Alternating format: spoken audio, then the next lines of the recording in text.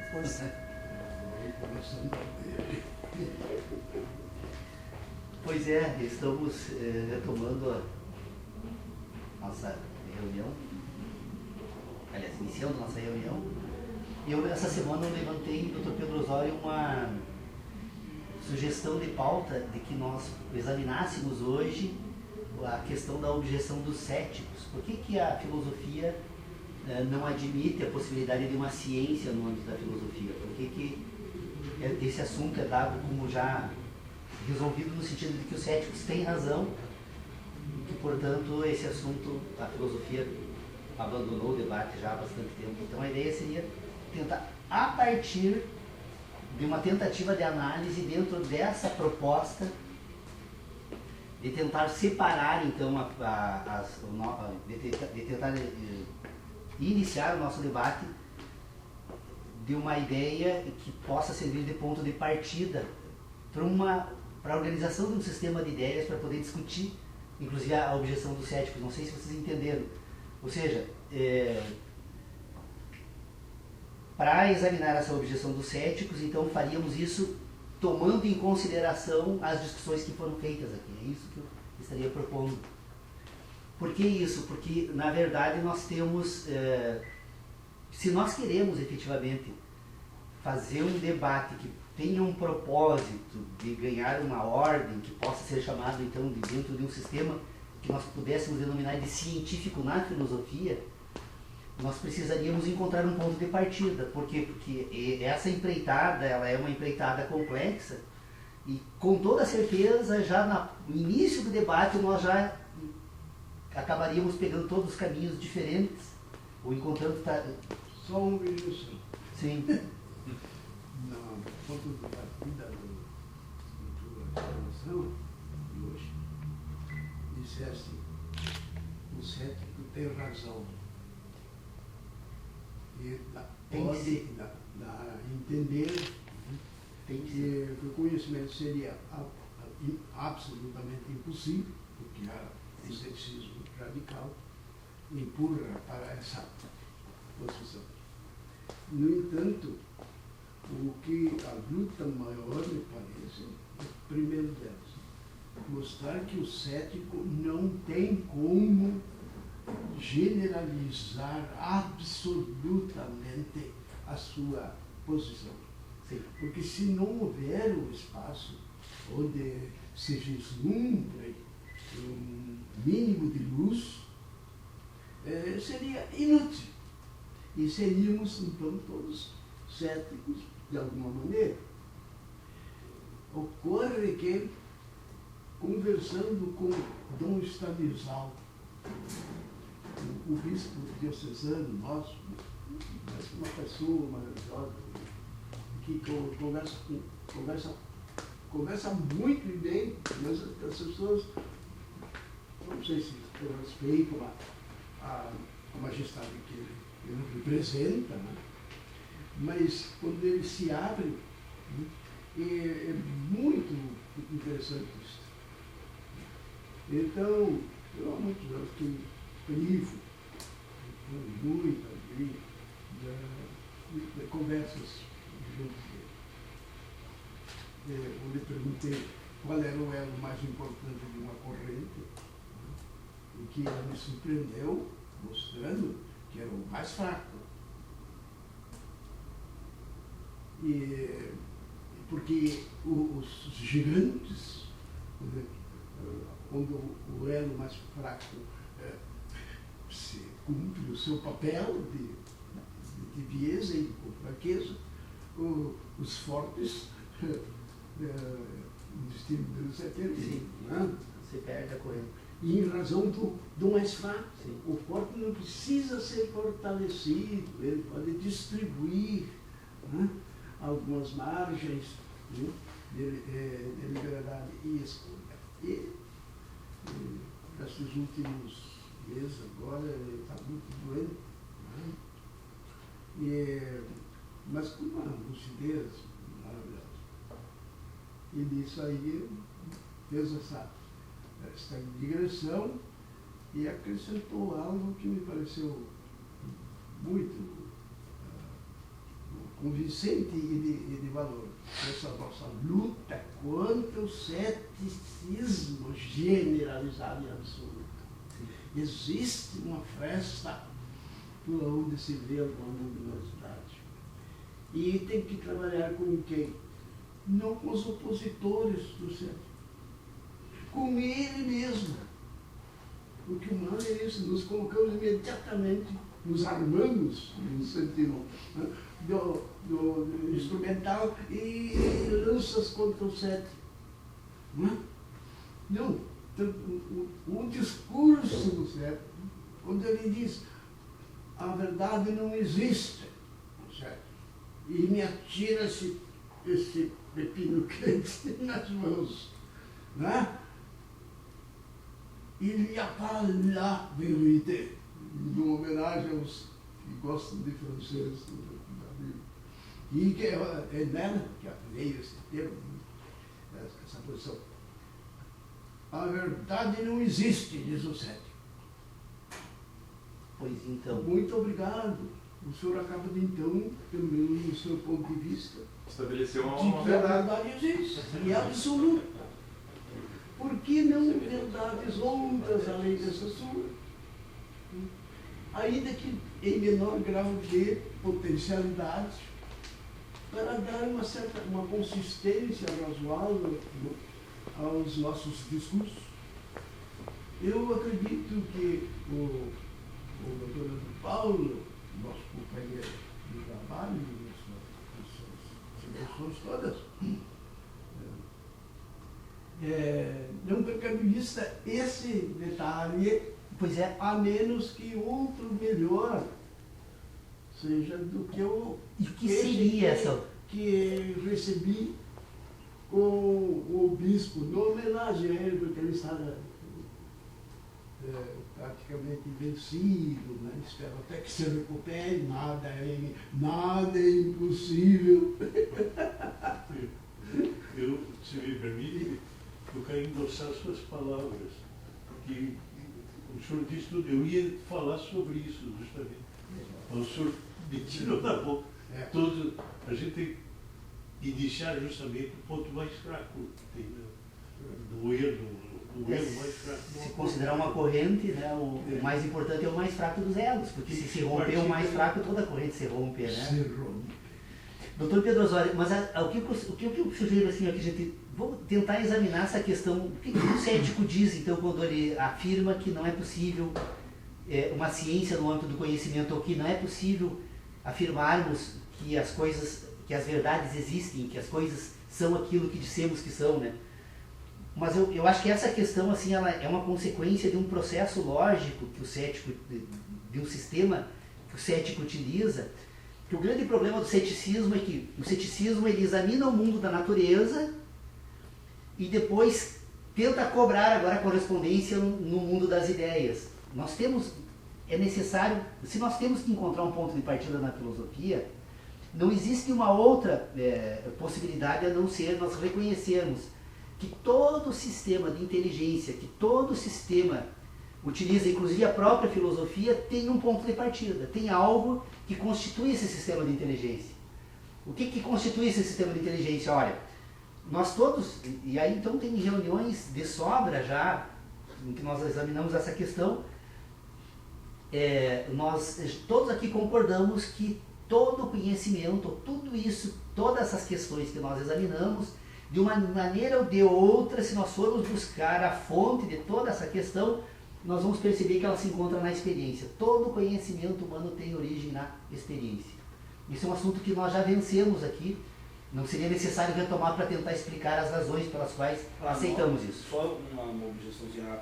Para nós está resolvido, mas tem pessoas que não pensam assim, né? Esse que acho que é a questão. Por exemplo, eu acho também que conhecimento surge da experiência, mas tem inúmeras pessoas que acham que não, que o pensamento ou a percepção, a construção do surrealista, por exemplo, que é a ideia que constitui a experiência, não a experiência que constitui a ideia. Isso seria inverter um pouco, né? Mas acho que realmente, pensando em... Não, cronologicamente, eu digo o seguinte, assim, o indivíduo se constitui e se forma na medida em que ele percebe que ele consegue ordenar experiências. Ou seja, Agora, atrapalhei. não. Eu acho que a ideia hoje é exatamente Eu acho que... encontrar esse ponto de partida aqui, eu acho. Veja o que o Sodré disse. Né? O fecho, né? Bem colocado de modo que não vamos aí, né, colocar num santuário, né, esse mundo das ideias. Né? Mas, doutor Pedro Osório, a separação, na verdade o Sodré levantou uma questão aqui que eu acho que nós precisamos colocar já imediatamente em destaque aqui, que é um assunto que nos divide aqui ainda. Para mim, esse assunto está resolvido. Todo conhecimento tem origem na experiência, só que conhecimento trata de um tema e ideia trata de outro tema. Aqui. Embora todos eles componham uma totalidade chamada homem. O homem total é um homem que sente e um homem que pensa. Então, essa questão colocada pelo Sodré, acho que é a primeira questão que tem que ser: por que o homem pensa? Porque, na verdade, nós temos há um potencial orgânico chamado sensibilidade que permite isso. Todos os seres, a sensibilidade é um potencial que as estruturas orgânicas utilizam para fazer o quê? Para ordenar a matéria desse potencial que é a sensação. Eu tenho então, nesse indivíduo que vai constituir e desenvolver um sistema de inteligência, eu tenho um sistema de sensibilidade e eu tenho, que compõe a forma dessa inteligência, e eu tenho a matéria dessa inteligência, que é a sensação. Por isso que eu digo, todo conhecimento tem origem na experiência, porque a impressão que a sensação produz na sensibilidade constitui uma forma de conhecimento. Agora, e a relação entre os dois é que vai compor a ideia. E isto é...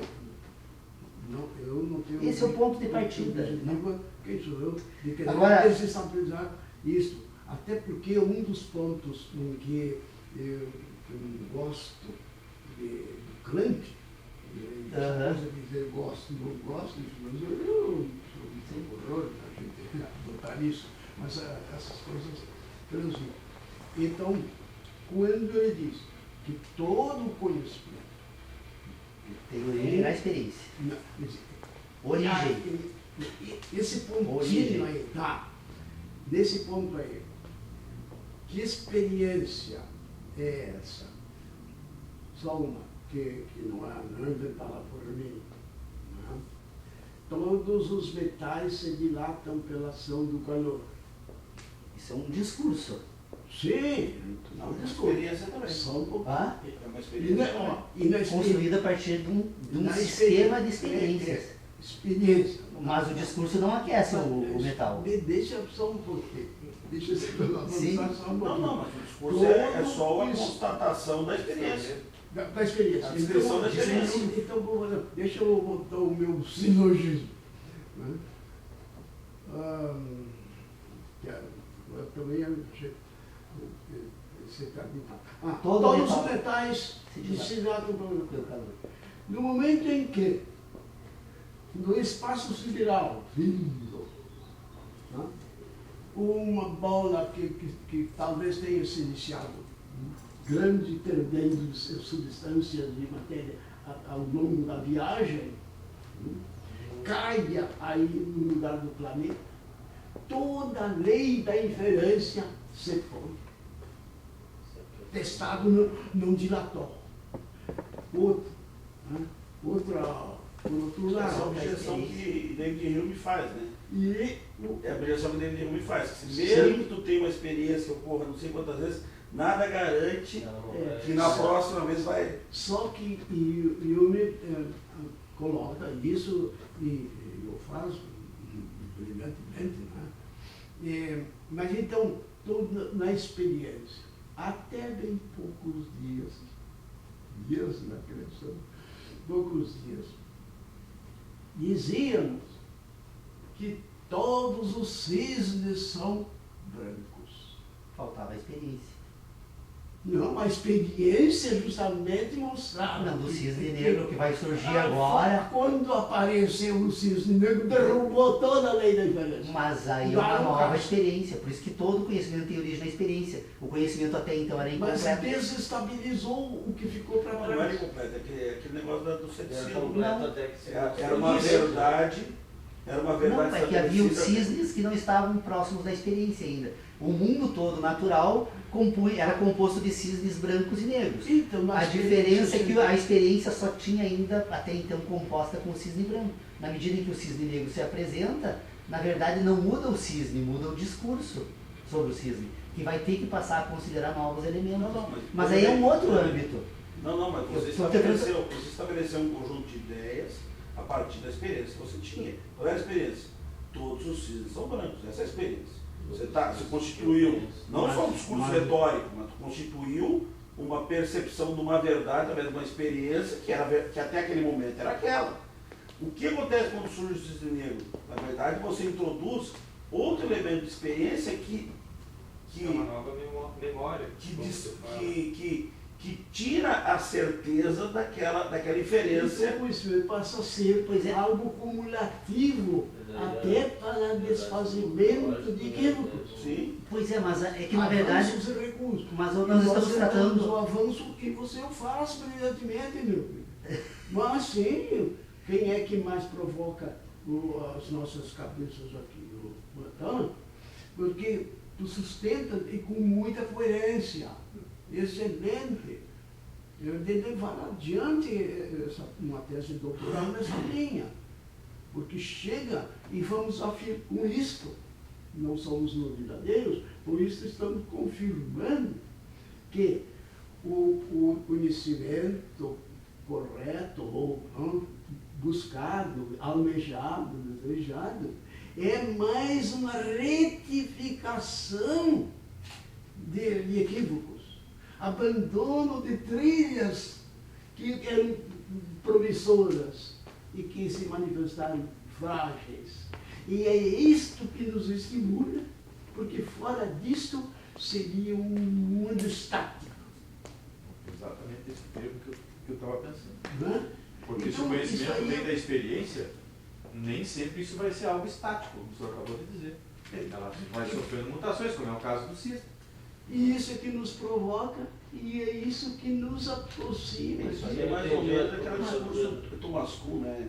Estrutura das revoluções científicas, né? E isso, as objeções. Objeções, que é uma tese, até vir outra tese que gera uma antítese, que vai gerar uma nova tese, que é um método dialético que a gente usa, né?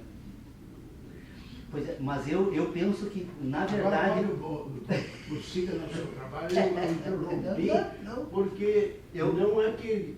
É que eu conheço já. Com receio pelo silêncio, estar concordando e não estou discordando, mostrando a complexidade de cada passo que nós damos. Isso, perfeito. E agora entrou um passo. O que é um passo, um andar do ser humano, do bípede? Não simplesmente do bípede sem penas, do de Platão. Não. Mas o que é esse nosso andar? Não? Há momentos que estamos em desequilíbrio, ficando num só pé. E esse pé é flexível. O ponto inevável do andar se apoia sobre um ponto, o geométrico, que é praticamente indefinível, o indemonstrável, né? Ele escapa, o destino dele é ser superado pelo outro, pela dinâmica dos três pontos. Diz, mas que eu ando só com dois pés, engano nosso. Nós andamos com dois para buscar um terceiro. Não caímos para trás porque estamos andando para frente. E nem para os lados porque estão funcionando no sentido. E de modo que a permanência vertical, absoluta, é um desastre. Não se mantém. O que nos mantém é essa nebulosa. Desse equilíbrio. Não é esse equilíbrio. Cair para frente, né? Mantém. Eu estava pensando aqui agora, você falando, e aquele ponto do Paulo no início ali, eu acho que o ponto que a gente podia discutir aqui, que eu acho que é interessante, que o Paulo vai trazer, por outro lado, na verdade, acho que tudo é mesmo, dentro do mesmo ponto, a objeção principal dos céticos é, se nós temos que analisar essa objeção, se é possível existir um conhecimento, se é possível ou não é possível, porque o cético radical, como você diz, ele desconsidera qualquer possibilidade de conhecimento. Quer dizer, não existe, do ponto de vista do cético radical, o conhecimento de nada. As coisas são como são e a gente analisa as experiências e as coisas a partir de uma análise qualquer. Somos Qualquer no observadores. sentido assim, não é só observadores, porque aí seria um método empírico, mas até as próprias realidades mentais, né? Não é possível conhecer, não é possível estabelecer uma verdade, um conhecimento, não sei que termo que a gente pode usar aí agora. Se essa objeção, e aí isso reflete uma série de outras coisas. Essa objeção dos céticos, ela gerou na filosofia uma discussão sobre se metafísica é conhecimento ou não é conhecimento. Né? E hoje já está praticamente discutido que a maioria, muitas pessoas, muitos estudiosos, que a metafísica não é conhecimento. Não é? Eu não sei se não é. Eu tenho minhas dúvidas se não é. Eu não tenho a menor sensação dúvida. única sustentável Isso é bem de resolvido. Kant, né? De que a única metafísica Sim, é que na verdade tem uma divisão. é o aquele a priori puro.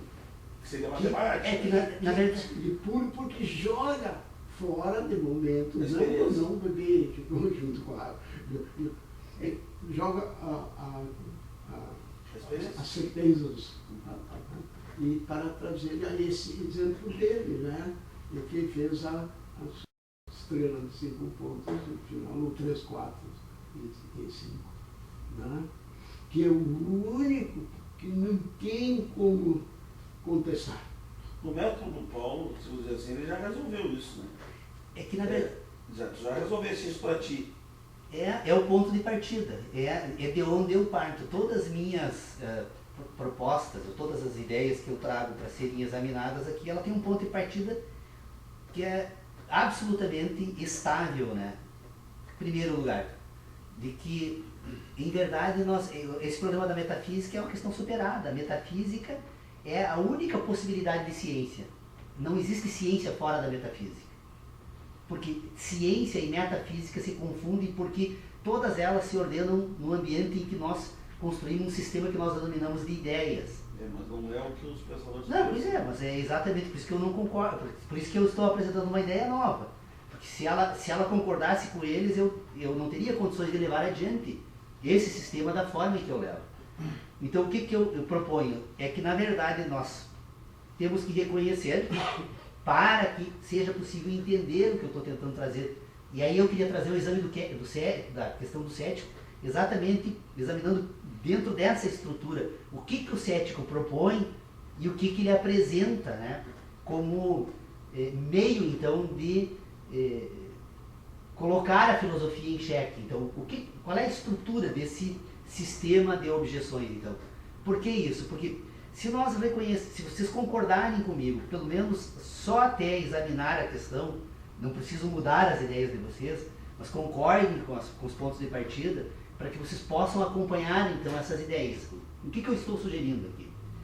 Que é necessário separar, para ser examinado o tema, não significa que seja possível separar o homem, né? Eu vou colocar metade do homem para um lado e outra metade para o outro, porque o homem é uma totalidade orgânica.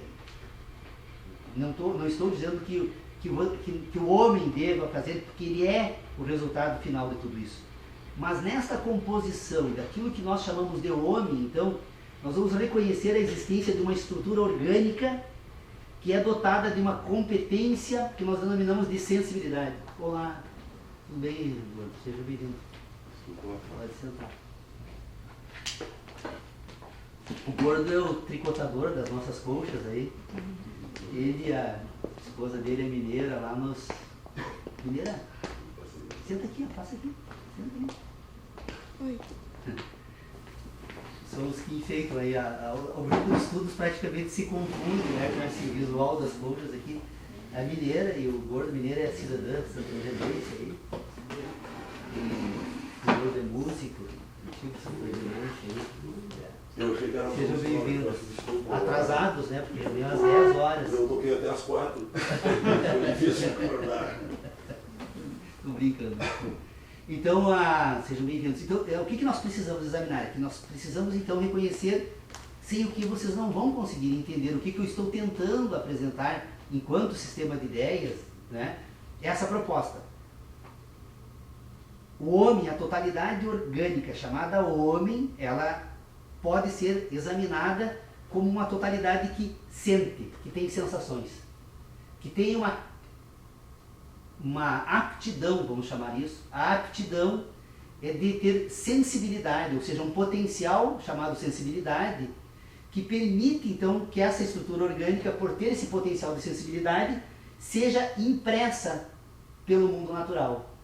Ou seja, o homem, como estrutura orgânica, ele recebe impressões do mundo natural. Essas impressões são produzidas onde? Nesta sensibilidade. Essa sensibilidade é ordenada por um conjunto de 7 relações. Eu já também trouxe esse assunto para exame aqui. Potencial, então, sensibilidade. Mundo natural que produz sensações. Então, esse mundo natural que produz sensações, produz por meio do quê? Por meio das sensações. A estrutura orgânica chamada homem, que tem a sensibilidade, ela vai então agora se relacionar com o mundo natural, porque ela vai obter desse mundo natural sensações. As sensações do mundo natural vão produzir impressões nessa estrutura orgânica que tem sensibilidade. Então nós temos 2 elementos aqui. Nós temos a forma, que é o potencial orgânico, heptarrelacional, que agora tem a potencialidade de receber impressões que se dão através de sensações do mundo natural. Esta sensação, então, é a matéria desse sistema do conhecimento, e a sensibilidade é a forma do conhecimento. Por que é a forma? Porque relaciona. Produz um sistema heptarrelacional que vai agora, então, ordenar a matéria, que é a sensação. Então eu tenho uma relação entre matéria e forma. Vocês percebam que a filosofia, todo o sistema desses... Então, eu tenho relação entre matéria e forma. Bom, entre a matéria e a forma tem o quê? A relação. Essa relação é o quê? É uma síntese desse heptarrelacionamento. Este potencial sensível que recebe a matéria chamada sensação, ao receber a matéria chamada sensação, ele produz um sistema heptarrelacional, e esta relação entre a sensação e a sensibilidade é que vai produzir agora uma nova forma que vai servir essa estrutura orgânica para permitir então que se compõe aquilo que esse indivíduo vai desenvolver no seu conjunto de totalidade orgânica chamada racionalidade, razão. Então, estas relações vão compor aquilo que nós vamos denominar de ideia, o ambiente da ciência dessa estrutura orgânica, o ambiente que ele se apresenta de uma certa forma como um metafísico, porque ele é um ambiente relacional apenas. Ele é relacional entre o quê? Entre a sensação e a sensibilidade. Ora, se tem a matéria da sensação, que se encontra então agora nesse mundo que produz sensações porque ele se apresenta como um conjunto fenomênico, esse mundo fenomênico que produz impressões na estrutura orgânica, que permite que ela relacione, então nós vamos perceber o quê? Que nós temos 2 dimensões da inteligência que precisam necessariamente serem separadas para serem examinadas. O homem sente e o homem pensa. O homem pensa porque relaciona o que sente. Por isso que pensar é relacionar. Ora, se pensar é relacionar o quê? Relacionar sensações, nós temos então agora um conjunto de 3 ideias que podem servir do ponto de partida para examinarmos o que os céticos apresentam, então, quando eles negam a possibilidade de um sistema científico no âmbito da filosofia, ou deste sistema de ideias. Porque os céticos, toda vez que eles se propõem a examinar esse sistema de inteligência, eles simplesmente jogam tudo fora, eles separam completamente, eles reúnem completamente esses 2 ambientes de sensações e ideias e tento examinar trocando sistematicamente uma pela outra. Olha, diz o cético, não, quem me garante o que é um cavalo, né, doutor Pedro Osório? Aí, olha, e aí eles começam a apresentar objeções. Ah, o cavalo tem 4 patas. Aí eles, mas 4 patas tem a vaca também. E aí os céticos chegam sentando, não, realmente não é possível conhecer no âmbito da filosofia. Olha, mas o problema aqui, o cavalo, a vaca e qualquer outra questão que diga respeito ao mundo da natureza se apresenta para esse indivíduo apenas como sensação. Ora, se o indivíduo constrói um sistema de inteligência que é produzido apenas pelas sensações, é óbvio que quando os dois indivíduos foram tratar das suas sensações no âmbito de um sistema de ideias, cada um vai falar das suas sensações e, portanto, jamais vão conseguir chegar a um acordo sobre absolutamente nada. O cético, o que ele faz? O cético, primeiro, ele traz o mundo da natureza, como se fosse possível pegar um cavalo e jogar para o mundo das ideias.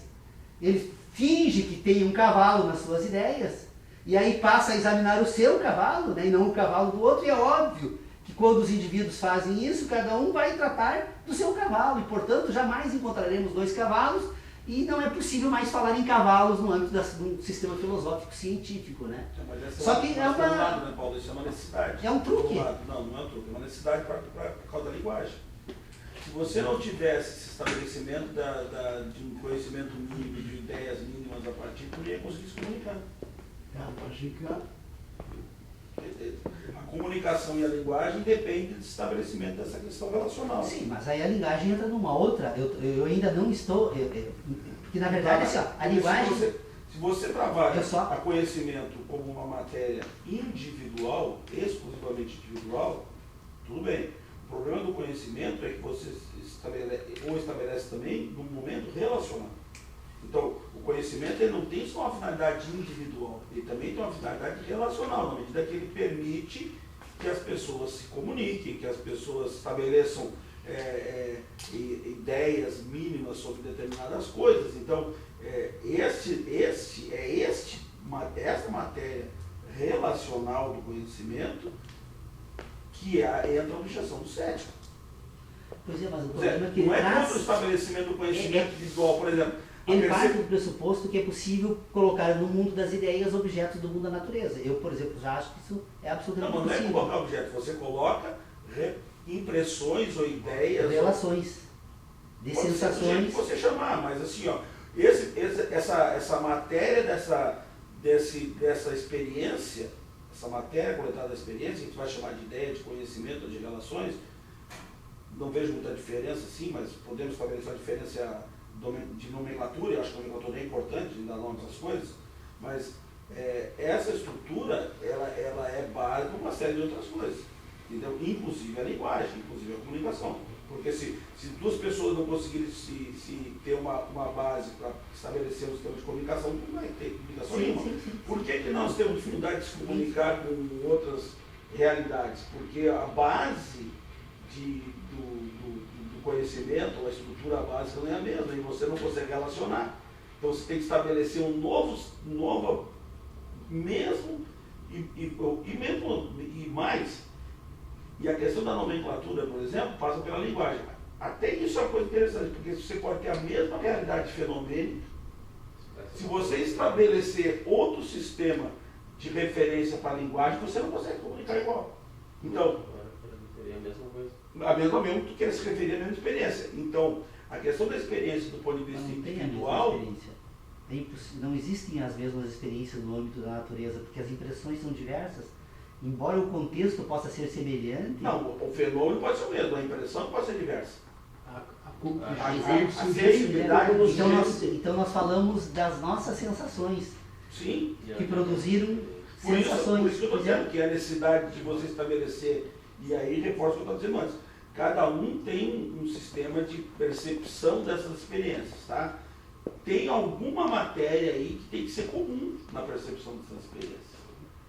Por quê? Porque senão a gente não consegue estabelecer os outros sistemas todos referente à convivência. Mas é por semelhança que o sistema se constrói, né?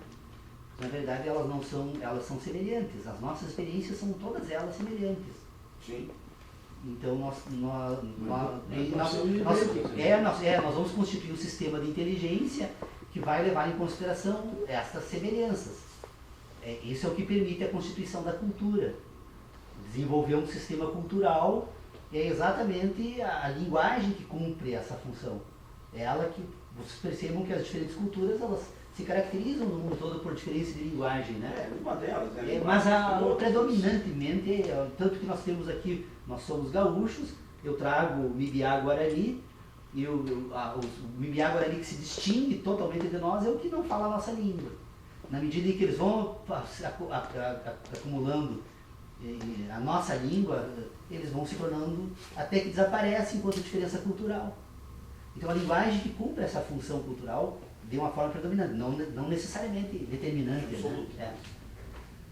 Mas eu na verdade, a minha proposta é que nós não avancemos tanto nessa tentativa de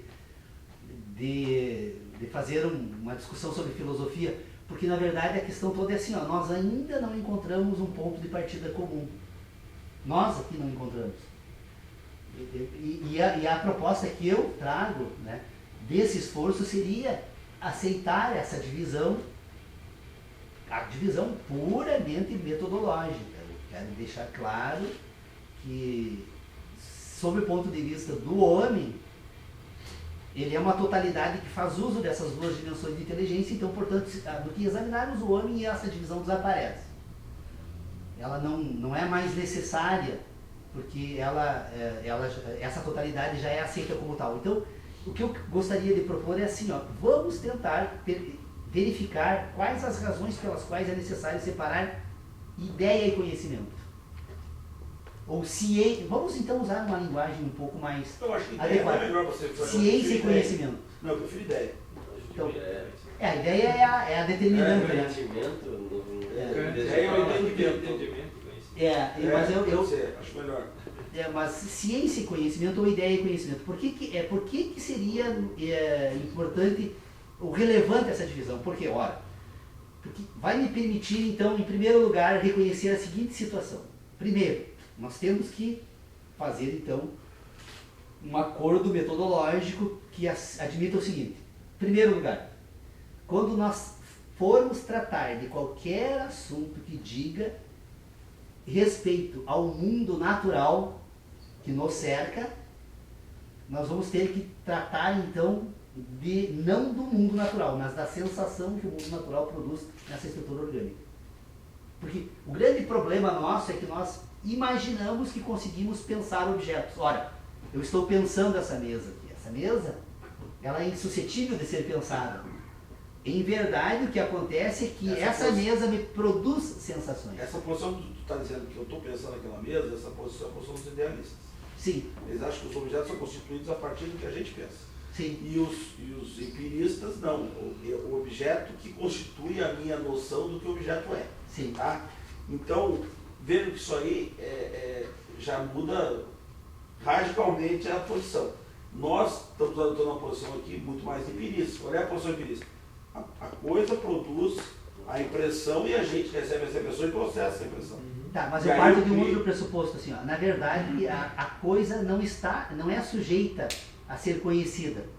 Eu não tenho como conhecer a coisa. Mas isso é uma posição cética. Não, peraí, não é uma posição cética. É um ponto de partida. Porque, em Mas verdade... é uma posição cética, não. Paulo, porque a partir do momento constitui ideologicamente uma posição já estabelecida de que não é possível conhecer. Não, mas agora deixa eu dizer qual a razão pela qual, então, essa afirmação é feita. Eu não posso conhecer o objeto, mas o objeto produz impressões em mim. Veja, é só uma questão de como tratar o objeto. Será que produz ou nós criamos? Não, produz impressões. A prova de que ele produz impressões é que se nós apagássemos a luz, essa mesa não sairia daqui e ela não estaria mais suscetível de produzir nenhuma impressão na minha sensação. Aparentemente a mesa desapareceria. A não ser que eu fizesse uso de outro meio. Veio lá apalpar ela. Mas é impressão. Mas se eu apagasse a luz agora e nós não modificássemos absolutamente nada naquilo que estamos fazendo, a mesa desapareceria. Por que ela desapareceria? É porque, na verdade, ela parou de produzir impressões. Então, a mesa produz impressões. Estas impressões que ela produz, então, no indivíduo agora, elas se apresentam para o indivíduo como sensação. Então, em verdade, eu não estou, então, tratando da mesa. Quando eu digo que trato da mesa, na verdade, eu estou tratando das impressões que a mesa produz em mim. O fenômeno kantiano. Então, estas impressões que a mesa produz em mim compõem no meu sistema de inteligência algo, então, que eu vou chamar de conhecimento. Então, quando eu digo que conheço algo, na verdade, eu conheço as sensações que este algo produz em mim. Eu não estou tratando do mundo exterior, mas estou tratando do mundo interior, se é possível. O homem fala das... Quando ele diz que fala de um objeto, ele está falando das sensações que esse objeto produziu. Estas sensações, que foram impressões, então, que o objeto produz, elas são relacionadas nesta estrutura orgânica chamada sensibilidade, que é a capacidade de ter sensações. Então, esta relação que a impressão produz na sensibilidade, ela vai compor agora um outro acervo que esta estrutura orgânica chamada homem utiliza para então ordenar estas sensações, que vai ser então agora um âmbito que nós vamos chamar de o âmbito da sua ciência sobre as sensações. Eu tenho ciência das sensações. Ao ter ciência, essa ciência ela é relacional. Por isso que essa ciência precisa ser separada da sensação. Porque há uma coisa, um tema é ter sensação. Outro tema é ter ciência que tem sensação. Então, se ter ciência esse é metafísico. Ele é sintético, em verdade. É uma noção que se produz organicamente, agora por meio de síntese, de análise, aliás, e outro agora que é síntese. Então eu separo sensação de conhecimento, de ideia, aliás. Pode. Tá, é o seguinte, eu quero voltar só um ponto antes. Quando você fala assim, ó, eu tenho esta mesa aqui, eu recebo impressão desta mesa. Geralmente essa mesa se imprime em mim. Imprime, que é... Não vamos discutir se isso é idealista, imprime em mim, vamos aceitar essa ideia. Ela imprime e a partir daí ela gera no meu eu, que tu disse, internamente, a impressão da mesa. Eu, no termo que tu usou, nós não temos como conhecer a mesa. Nós temos como trabalhar agora com a matéria da impressão da mesa criada em mim. Sim. Certo? A mesa pensada. A mesa pensada. Agora ela ficou guardada na sua estrutura orgânica como uma mesa impressa. Quando você pensa isso impressa.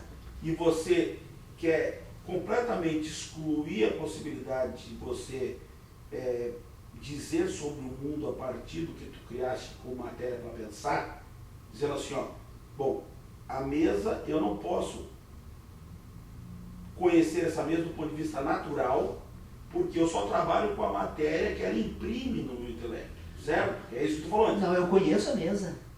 Não. A mesa é o que eu primeiro conheço. Ela se imprimiu e eu conheci. Mas é que o teu conhecimento é diferente do conhecimento. Pelo menos foi o que eu entendi. Do conceito, conhecimento. Num primeiro momento.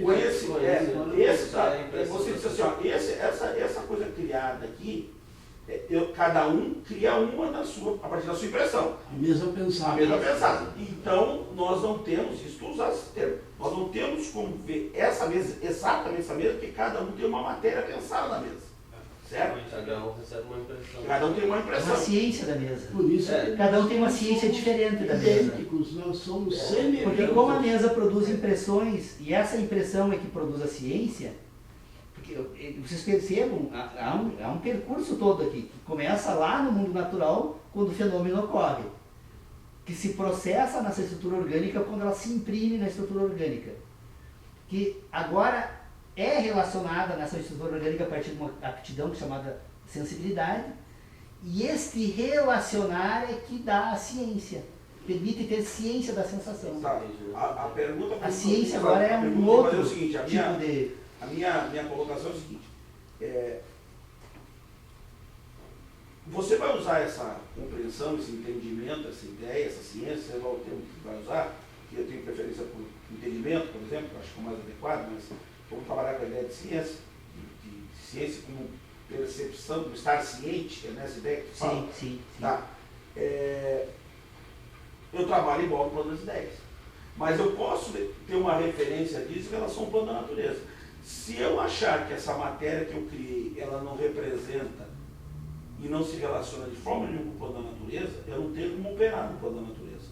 Por isso que eu digo, à medida que eu recebo a impressão que eu conheço, eu crio uma interação com o plano da natureza. Se eu achar que eu não posso, a partir da minha ciência, do meu conhecimento, interagir no mundo da natureza de volta, vamos dizer assim, eu tenho uma posição absolutamente cética, de que é impossível eu ter qualquer referência em relação ao mundo da natureza, porque o mundo da natureza só tem condições de imprimir em mim, e o que gera depois dentro de mim não se relaciona com o mundo da natureza. Se relaciona, ele desenvolve, ele compõe a inteligência, porque se eu reconheço que eu tenho, que essa totalidade em que o homem vive, chamada universo, é uma totalidade que se move, e se essa totalidade que se move, ela se mantém numa certa ordem dentro desse sistema que relaciona sensações e sensibilidade, esse relacionar entre sensação e sensibilidade vai agora no acúmulo,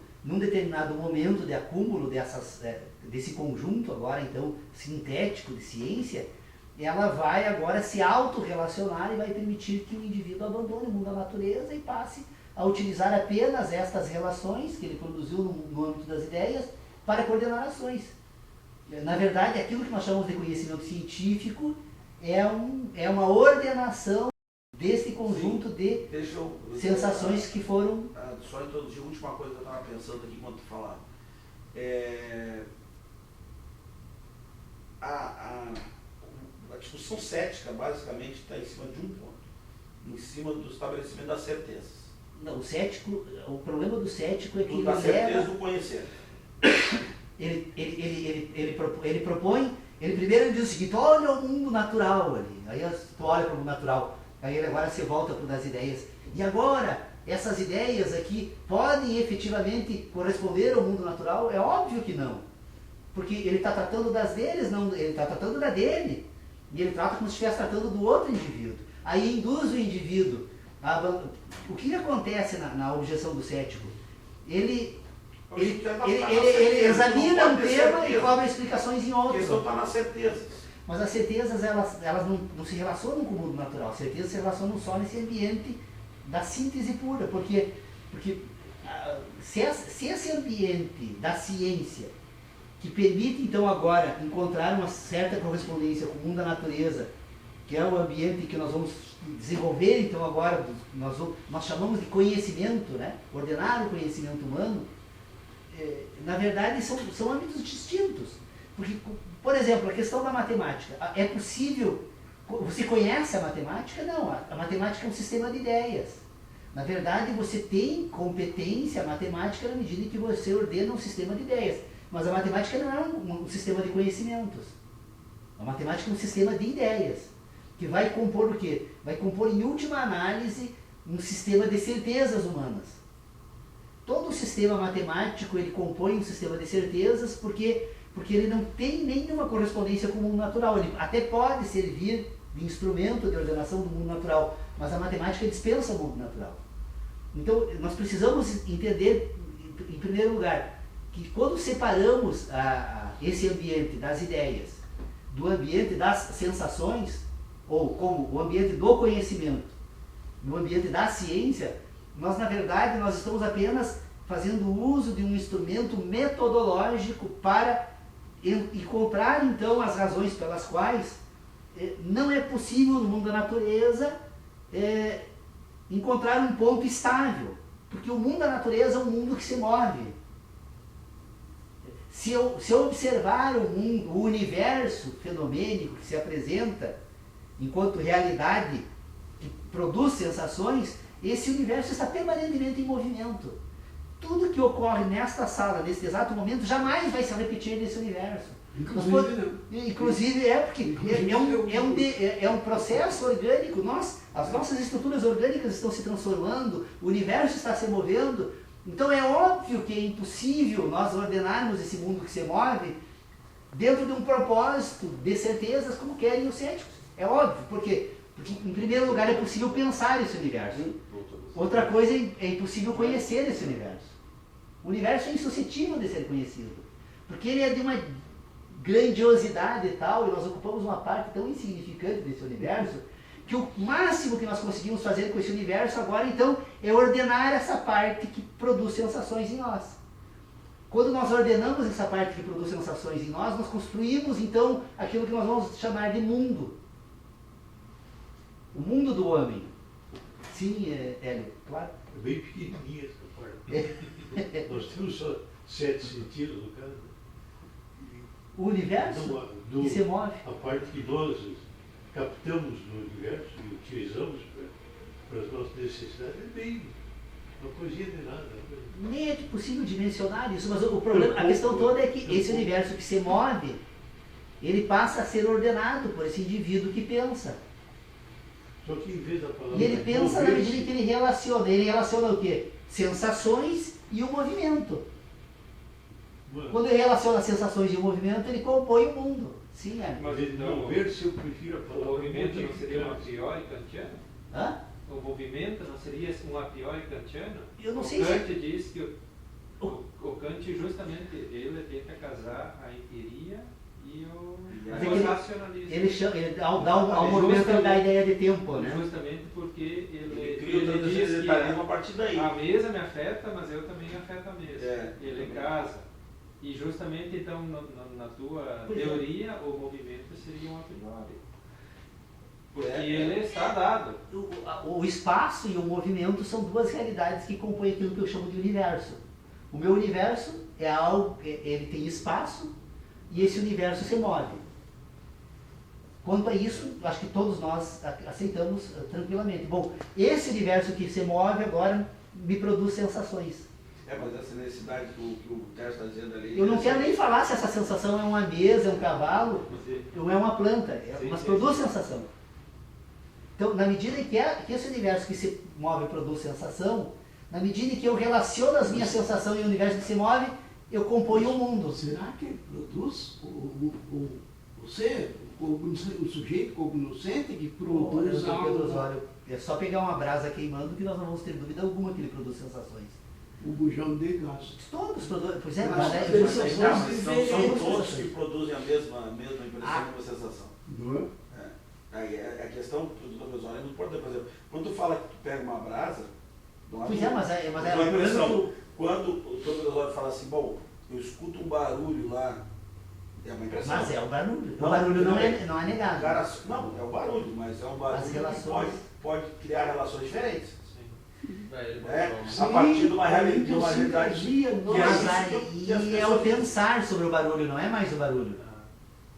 Não. O problema agora não é mais o barulho em si, mas o pensar sobre o barulho. E o pensar sobre o barulho não é o barulho. Sim, mas o que interessa pra gente é o pensar sobre o barulho. Não. O barulho é necessariamente. E nessa análise ainda nós não chegamos no pensar. Não, mas veja bem, Paulo, se qualquer impressão que venha para mim, ela só é relevante no momento que ela me impressiona e que autoriza essas relações. Porque só a impressão pela impressão, ela não, para nós seriam todas a mesma coisa. Não, ela na medida em que Todas elas as se impressões distinguem, auditivas seriam todas auditivas. não, mas na medida que elas se distinguem, elas compõem o mundo. Mas Aí que tá, ainda nós não chegamos no se eu tiver pensamento. conhecimento suficiente para, não sei se conhecimento agora, mas se eu tiver ideias suficientes, relações suficientes com várias impressões, com sensações Vai fazer distinções. Exato, para o professor Daí tu vai ser compõe aquilo que tu vai chamar. Nossa, para mim vai ser uma música, a nona sinfonia que está tocando lá o fundo e Quer ver um exemplo? Vou dar um exemplo. Alguém que é especialista em Mas aí em a coisa canto compõe dos a pássaros, ciência. por exemplo, que tem gente gravando, aí o cara entra no mato, eu entro no mato, não entendo nada. Um íntimo, por exemplo, que tem uma percepção maior, cara, entra no mato. Não, esse aí é um Irapuru. Esse aí é um... Por quê? Veja, há uma impressão, só que a nossa capacidade, por causa das minhas bagagem relacional de perceber o fenômeno, para mim é um, para ele é outro. Ele tem a capacidade de amar, ele, não, isso aí é um Irapuru, isso aí é um, sei lá, o que, esse que nem tem nada disso, um ornitólogo desse. Para eu, canta um pássaro no máximo. Mas, Sodré, com relação a isso, nós concordamos. O que diferencia você do índio, então? É que você e o índio constituíram mundos diferentes. Porque, na verdade, se esse universo se move e produz sensações, ele produziu para esse índio um mundo que tem Irapuru e que no teu não tem, porque não produziu não, sensações. No meu tem Irapuru, só que eu não sei que é Irapuru. Pois é, porque ele não produziu sensações. Porque eu não conheço Pois ainda. é. Eu não fiz aquela associação do fenômeno com a... Não imprimiu ainda. Não imprimiu ainda e não criou a... O Irapuru vai nascer do barulho e da confirmação, né? Alguém vai dizer, o Irapuru. Sim, mas aí já é uma... Aí tu tá no sistema Não, de inteligência. mas Que na verdade, assim, ó, nasceu, o grande problema que eu imagino que Aí já nós está enfrentamos botando aqui simbolismo junto. é que nós, na verdade, nós saltamos de um ponto lá para o final. A proposta que eu faço não é examinar essas questões, que são relevantes, mas antes de nós podermos examinarmos essas questões, seria necessário ordenarmos outras questões que quando eu tento expor, eu não consigo, como é que eu posso dizer? Eu tenho certeza que vocês não entenderam o que eu tentei dizer, porque vocês não me deixaram concluir as ideias. Isso é recorrente. Todas, não, e não estou fazendo nenhuma crítica, não é nenhuma crítica. É que como essas ideias são minhas, eu preciso que elas sejam acompanhadas como minhas. Só que quando nós começamos a acompanhar, na medida que nós já começamos a introduzir as nossas, que são conflitantes. Mas isso Nós temos ideias conflitantes. Uma relação, né? Senão a gente não consegue relacionar. Agora eu entendi assim, a principal diferença que do barulho esse, né, quando tu disseste, a partir do ponto de vista que nenhuma das pessoas conhece, que nunca ouviu aquilo. É óbvio que se você está num ato com um índio, o índio vai saber o que é aquilo ali.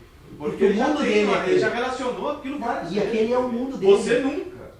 Ele já relacionou aqui. Claro, ele já tem aquilo pronto. Você não. Aquele é o mundo dele. A diferença que nós temos aqui entre o Paulo, duas pessoas. Paulo e eu, por exemplo, o Dr. Pedro Osório, vejo que me aproximo mais da posição do Dr. Pedro Osório, é o seguinte, é que o Paulo, a impressão para ele é uma impressão, tá? Só uma impressão. Eu ainda não Osório já pensamos na impressão a partir de que ela gera um efeito. Só que a impressão pode gerar, da mesma impressão, pode ter efeitos diferentes. E o Paulo acha que esse é o segundo momento. E eu não acho que é o segundo momento, eu acho que esse é o primeiro momento. Porque aí é a hora do conhecer. Entendeu? É aquela história que você fala do bujão de gás. Isso. Entendeu? Do bujão de gás. O bujão de gás explode ali, dependendo da estrutura que recebe e da ordenação de entendimentos que essa pessoa tem, o conhecimento do bujão da explosão vai ser o mesmo, mas a ação pode ser diferente. A ação que eu digo no sentido seguinte, que a percepção daquilo e o comportamento que vai gerar. O Paulo trabalha no momento anterior. Isso. Para ele a impressão é a impressão, ponto. É que na verdade eu não quero na verdade não te adiantou. Na verdade eu não... Estou falando de tempos diferentes. Eu estou examinando só a estrutura formal da inteligência. Eu ainda não quero saber o que essa inteligência contém, qual é a potência dela, até onde é possível. Isso não está em pauta, né? Deixa eu meter minha cuchara, né, no meio disso aí. Tudo o que está se discutindo aqui, e pensando, nos preocupando, nos instigando, tudo isso está num discurso que nós estamos fazendo. Sim. E isto, a linguística procura mostrar que além dessa complexidade que está sendo colocada em mesa, tem a complexidade da linguística, o significado e o significante. Cada proferimento nosso é um significante que gera em cada um de nós significados. The meaning of meaning, significado de significado. Então temos que, vamos embora para lá. Temos que estudar o que é significado de significado. É. Eu me joguei por baixo da mesa de medo de uma explosão que está chiando lá que vai explodir. O que significa, né, isto, essa situação, para mim, sujeito cognoscente, com a minha idiosincrasia, diferente da de vocês que têm mais coragem? Quem deveria ter mais coragem seria o velho. Não, o mais experiente é o que tem maior acúmulo de receios, de medos. A criança tem pouco medo, tem mais curiosidade. Interessante isso. Não é? É verdade. E com o tempo é cultural, depende Nosso do mestre, ambiente que nós estamos. E isto é uma ciência, a linguística é uma coisa importantíssima. Nós nos servimos de linguagem, né, para falar. E que a linguagem tem uma extensão de compreensão, avanço sobre a natureza, e uma outra que é própria do autor do discurso. Então, o significado do significado, sobre the as meaning coisas. of Criar meaning. alguns termos, Não né? é? Isso aí Conceitos, desloca questão tudo da- para lá e leva para do nominalismo, né? É. Lá na Idade Falando Média, uma coisa. lá na Idade Média, grandes problemas da filosofia, um dos problemas era o nominalismo, né? A necessidade de definir